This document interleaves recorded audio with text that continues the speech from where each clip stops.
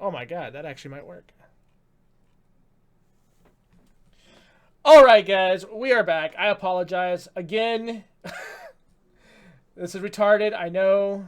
Doing my for some reason it keeps dropping. It's dropping now as we speak as far as frames go, but we'll just see how this goes, and if it keeps continuing, well, I might have to end it, unfortunately. But anyways, we should be back for right now. Anyways, go ahead. Oh, I don't. I mean, I don't even know where we were. Where we were at. Everything's changed. I think we need to just kind of maybe move on to the next, or yeah, if we can continue. So I'm gonna let everybody know in the chat. So you guys, I did a ping test. My internet's fine. Something is up with YouTube servers. Like, it's not letting me connect to YouTube servers properly. I wonder if they're part of the Azure server. It's probably Gamergate. It's probably Gamergate. Gamergate and Microsoft. It's kind of a mixture. Well, I was just going with I fucked your modem, but all right. YouTube. Oh, that probably would actually have something to do with it. Fucked my modem right in the pooper. Techman says I'm going to have a lot of burns, but I kind of like the tingle feeling. I don't know. I like a tingle. Jesus. So if it cuts out again, you guys, what I'm going to do is I'm going to uninstall this fucking OBS, uninstall the new one, and then hopefully we should be able to fix all the issues. And if these guys want to continue, we can. So, because it's giving me high dropped frames right now on OBS for some stupid reason, but it's sticking around the 57% mark. So yeah. Are we live right now? Yes, sir. All right. So apparently there's a controversy. Shit, I've been watching too much bullshit. There's a controversy around the Ubisoft For Honor microtransaction stuff. Mm-hmm. Somebody did the math on it, and there's a Reddit user who did the math on the game's cosmetic microtransactions. And if you want to get every piece of kit in the game, you need to pay $732 on top of the base game, on top of the base game price, or grind for a very long time. Now that's in order to buy or acquire the requisite amount of the steel, which is used to unlock the items in game. Now, cosmetics don't give you an advantage in this game, I don't believe. They just make you look nicer. They're just all aesthetic. Mm-hmm. But in response to this criticism, Damian Keekin, or whatever, the game director said, "You're not meant to want them all anyway." What? He said, we never had an intention for you to unlock everything in the game, he said. First, that doesn't truly make any sense. We applied RPG mechanics on top of a fighting game in a PvP environment, but it's like in an RPG, like in World of Warcraft, you never try to unlock everything for all the characters of the whole game. Same for any MOBA. You're not trying to unlock all the content for all the characters in the game. He continued, what we forecasted was that most players would play 1 or 1 to 3 characters, and that's what we're seeing in the game. Most players focus on 1 character, 1 hero, and others go up to 3. The design is based around that. The cosmetic items are really for us the in-game content, the things you want to unlock after playing for several weeks. So, basically, you're not meant to buy or unlock everything, and he uses the analogy that when you go to the shop, you don't want to or tend to buy everything in the shop. And there's a video, he did this on a live stream. And if you go to YouTube, to the live stream, and this was 2 days ago, if you go there, Ubisoft's official channel, right? Warriors Den weekly live stream, 29,000 views, it is 428 likes, 973 dislikes, and the comments are disabled. Wow. Good job, Ubisoft. That's fucking ridiculous. He said, same for a MOBA, you're not trying to unlock all the content and all the characters in the game, except many MOBA games are free. Why the fuck and this are is we all playing after the game? Yeah, he compared it to World of Warcraft and MOBA. But it's not a MOBA. So I mean, I don't.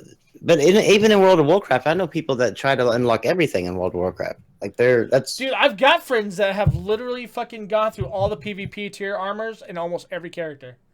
Like, yeah, it's like when that's usually a challenge to people. Yeah. I mean, comparing it to World of Warcraft, there's no way. There's no way. That'd be like me comparing my my little Chevy out there to like some sort of Lamborghini or something. It's comparing Tetris to freaking Eve Online. It just there's no comparison between the two. It makes no sense at all. Gotta love these idiots. I don't know. It's, I mean, look, when you have World of Warcraft, I mean, the sheer scale of the game means you just physically won't be able to get it all. I mean, if you do nothing but no life it with a shit bucket and you don't have a job, I mean, like, I don't even know if it'd be possible then. Like, I don't think you'd be able to do it. There's so much shit to get. To compare that to For Honor, that's ridiculous. Oh, that's absurd, actually. I mean, now they're just saying, yeah, you're not supposed to get it all. You're not supposed to want it all. All right, so Dromain says Ubisoft has been buying out mobile games that happen to contain microtransactions left and right this month. So they're just taking everybody else's business model and making it their own, I'm guessing? Like, that's what it sounds like. Well, I mean, okay, but to be fair, look at, I mean, almost every one of Microsoft's first-party games, Halo, Gears, Forza Horizon, yeah, they are loaded with microtransactions. In fact, I mean, Randall Thor, the man with $1 million, a very, very dedicated Xbox guy, said I guess he knows people on the inside of Microsoft, but basically said that what's keeping like Gears 4 alive is the microtransactions. Mm-hmm. It seems like maybe they saw the success that Microsoft was having. Now, I'm not saying that Ubisoft wasn't already doing this in the beginning with some of their games, but maybe that's reamped or doubled their efforts into creating this microtransaction world. Yeah. I really hate to see it. I mean, I hated to see whenever Microsoft started implementing them into Halo and stuff like that. I was wondering why. And now we're starting to see Ubisoft. Of course, they did it with a couple. I think like Division had a couple of microtransactions, not to the level of what these other ones do now. But we're seeing this more and more from these developers pushing microtransactions. It seems like the mobile gaming has actually kind of infiltrated our console gaming or our living room gaming, I guess I should say. If you have a full priced game, I don't mind there being microtransactions as long as they don't have a problem, if they don't affect the gameplay, and if you can access all that stuff through playing the game.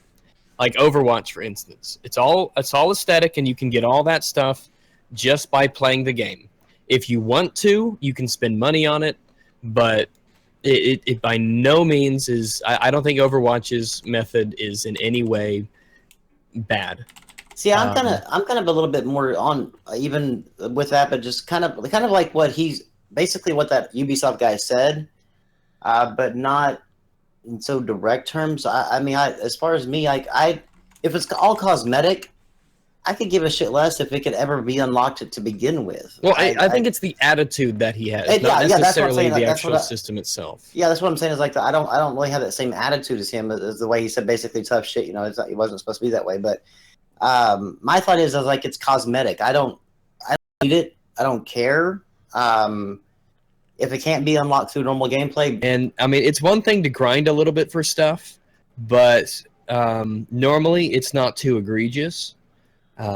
Especially if it's one of those things like, I mean, Dirty Bomb is really kind of at a good spot where if you want a new character, you can spend $10 or get 50,000 credits, and it really isn't that difficult to get 50,000. It just takes a little bit of time, not excessive. So I mean, that's kind of where a good point would be. And Destiny's not too bad with you're not able to actually ever purchase that outright. You actually still have to just continue to grind, but it's not too bad of a system. I can definitely handle that type of grind. But the games there are some games that have been trying to come out to where they force you into microtransactions. Where you there's no matter you would have to spend hundreds of hours to even get something that you could get for like $1 or $2 on there, and those I can't agree with that model at all. I don't think that a company should try to force people, because microtransactions should always be optional. Mm-hmm. Once they become like a must or a a way for like not really so much like a direct must, but like an indirect must, where you basically they're forcing your hand in it. That's when they gone too far with the microtransaction. That brings me back to mobile gaming. Yeah.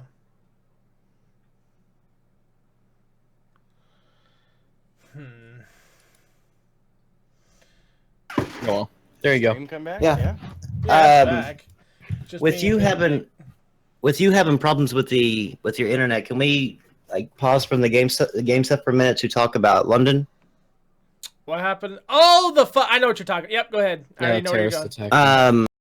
Attack there, and first of all, I want to say my thoughts and go out to the people of London and anybody affected by it or knows anybody affected by it. It's just terrible that this kind of stuff happens anywhere.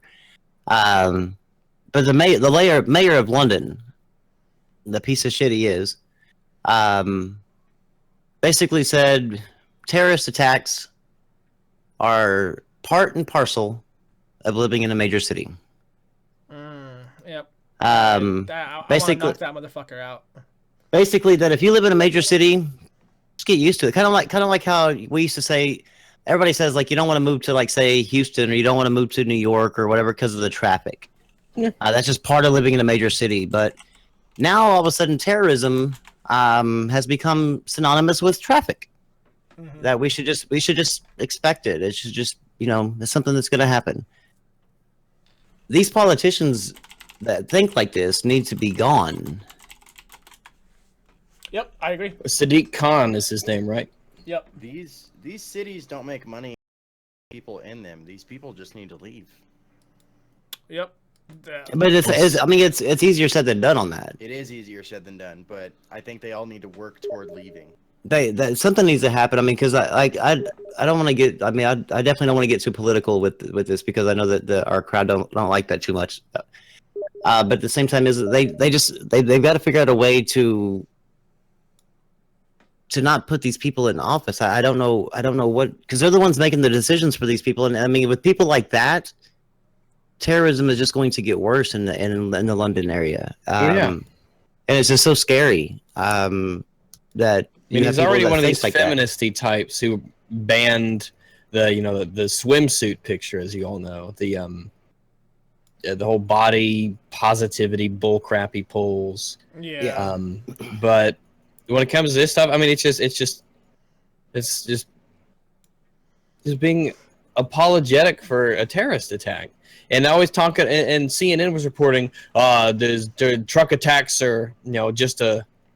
Let's see. Let me go to Twitter here real quick. I'm playing Enter the Gungeon. Let me go to Twitter. Let me scroll down. I don't know, just scroll down a little bit more. But pretty much what the idea is that the uncomfortable reality that truck attacks are on the rise. Nothing to do with terrorism. Nothing to do with Islam. Nothing to do with that. No. Fucking truck attacks are the uncomfortable reality that's on the rise. We got to ban the trucks, man. And originally, it was reported that he was Asian, which is British. That's what they'll say, Asian instead of Middle Eastern in Britain, of course, because you wouldn't want to be politically incorrect.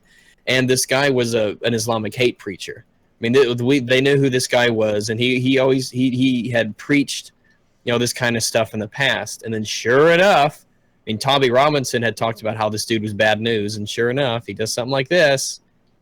Shocker. Yeah. It happens. This is bad stuff, man. Bad stuff. Yep, and they're gonna continuously make excuses for it, no matter what you say or do, man. That's No, you don't want to be a racist. Let's keep making excuses for these terrible fucking people, right? Because at the idea of this, and I'm not sure if anybody else has kind of picked up on this, but it's almost like, because I was kind of thinking about this today, Rambo, when I saw that tweet. I was at dinner when I was talking about this. Oh, I was pissed when I saw that. I'm looking at like they are trying to normalize this. Yes. Yeah. They are trying to make this an acceptable way of being, so that way nobody will ever fucking rise up against it. Yeah, you're not shocked by it anymore, and you don't have the Donald Trump. I don't want to bring it in, but you don't have the Donald Trump bans like into certain countries and shit like that. You don't have that reactionary thing to it. You end up just being, oh, okay, well, it's just I mean, it's part of living in New York. No, I mean, never. it's just going to happen. It should never be normalized. Terrorists, whether they be homegrown or from foreign soil, it should never be just, okay, well, I mean, it's just, you just live in a big city, man. Just big deal. I mean, it happens. Totally normal. I don't know. It blew my mind. I don't know. I don't know what their process is over there in London or in England and stuff like that to get rid of politicians, but they definitely need to get rid of him. It's just wow. You can't do that because that would make you a racist.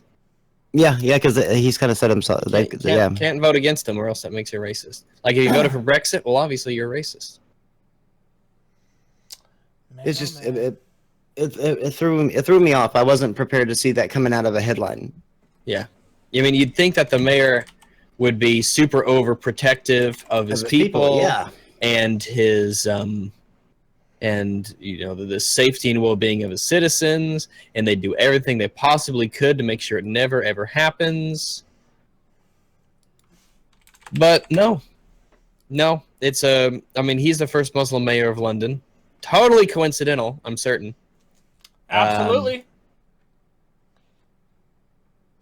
It's bad news. Yeah, it's really bad. But come on, people, this is normal, don't you know? It's actually getting to be normal. That's the scary thing. Well, because it's not being condemned. No, it's not. I mean, it's being kind of just brushed off as a normal everyday thing. I mean, that's how you get your Marine Le Pens and your Theresa Mays, and that's how you get your Brexits and your Donald Trumps. That's the exact same thing happening. And the Netherlands elections were pretty darn recent. I think those were within the week. And the I forget his name because it's one of those weird names, but there's a guy running on anti-immigration, anti-Islam policy, and he gained a lot of ground here with voters, and he moved up into second place. And the what we would call the liberal establishment over there, they lost quite a few seats. Yeah. It's good. I mean, they're doubling down on these efforts instead of like learning from their downfall from these elections. They are like just going back and redoubling down on this Right. I guess open border globalization type thing. And I just, oh wow, man, I hope it doesn't ever get to the point to where we just look at a terrorism attack just like as a car wreck on the side of the road. Look at all the stuff that's going on right now. I mean, you guys brought up Le Pen's, right? Yeah. How long do you guys either one of you know how long it's been since France has been gun free? Like they are like, it's been a long time. I would imagine. She's actually trying to lift that. She wants to bring guns back. I read an article about how Germans are buying a lot of guns from the black market because they want to protect themselves against migrant attacks. Fuck, I wouldn't doubt it, dude. Like, some of those videos are pretty brutal to watch. Oh yeah, absolutely. And you go to Sweden. I mean, there's riots in Sweden pretty much daily. It's bad stuff. And the obvious thing is, these people don't need to be in Europe. Quite frankly, these people do not need to be in Europe. Their culture is incompatible with human rights and Western civilization and modern society. A lot of them are just monstrous people from a monstrous culture, and they just have no place here. And we should not be letting them in. They need to sort out their own. They need to be sorting out their own bullshit in their own shithole part of the world. They don't need to be over here. I don't want them here. I do not want them here. With some exceptions, I am 100% in favor. Well, I guess with some sections wouldn't mean it's 100%, but the idea of a travel ban, hell yeah, absolutely. These people don't need to be here. I don't want them here. They're not. A lot of them, they're just not good people, and they cause more problems than they solve. Yep.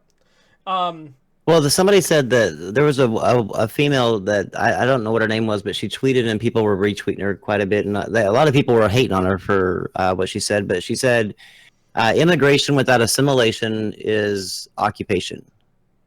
Pretty much. Is an occupation. They're coming here and they're taking over. That's accurate. Yeah. Yeah, and it actually kind of made me look at it like that because when they come over here, it's one of them things that like I understand the reason why they want to come over here, or anywhere actually other than where they're at, but the refusal to assimilate. Yeah, exactly. That's the thing. It's not like it was when America was being founded. I mean, we're a nation of immigrants here to do. Well, we're also a nation of laws, and the people who came here to be Americans. They came here to become Americans. They didn't come here to be just themselves in different countries. They adopted Western, civilization. They kept parts of their culture, sure, but it wasn't. You mean they came to be Americans? Oppressing women and putting up their own, courts and things like that, and not obeying the rule of law. Yeah.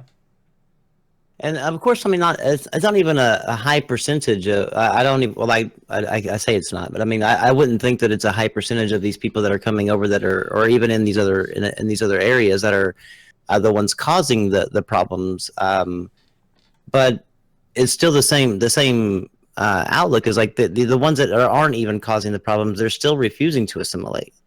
They just don't end up like being the violent ones.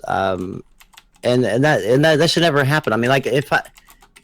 If I move to Mexico right now, and I'm not in I moved to one of these towns that aren't the tourist towns, and obviously everything's in Spanish, and I couldn't expect them, and even if I did expect them, they wouldn't do it, to change everything to make sure everything in there had the English language on it. Yeah. They would make me assimilate into their culture, into their